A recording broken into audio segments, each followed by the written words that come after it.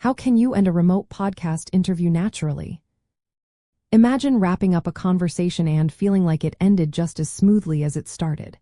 That's the goal when closing a remote podcast interview. To do this well, you want to make the ending feel genuine and unforced. Start by giving a gentle signal that the chat is wrapping up. Say something like, "Before we finish, is there anything else you'd like to add?"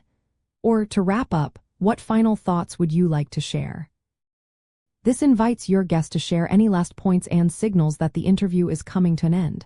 Next, briefly go over the main ideas or highlights from the discussion.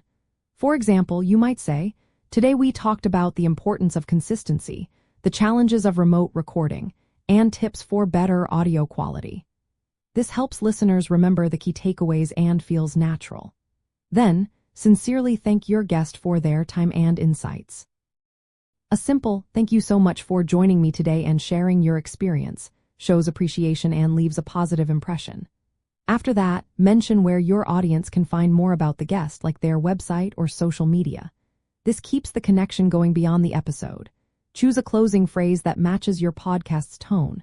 If your show is casual, say, "Thanks for listening and we'll see you next time." If it's more formal, try, "That's all for today's episode." Once you've said your final words, pause briefly. This gives the ending a natural feel and allows you to fade out with music or a signature sound. When conducting remote interviews, it's important to keep audio clear and minimize lag. Confirm with your guest that they have no final remarks before ending. If using multi-track recording, check that all parts sound good so editing is easier. After recording, send a quick thank you message to your guest to show appreciation. Combining these steps helps you close your remote podcast interview smoothly, professionally, and with respect for your guest and audience.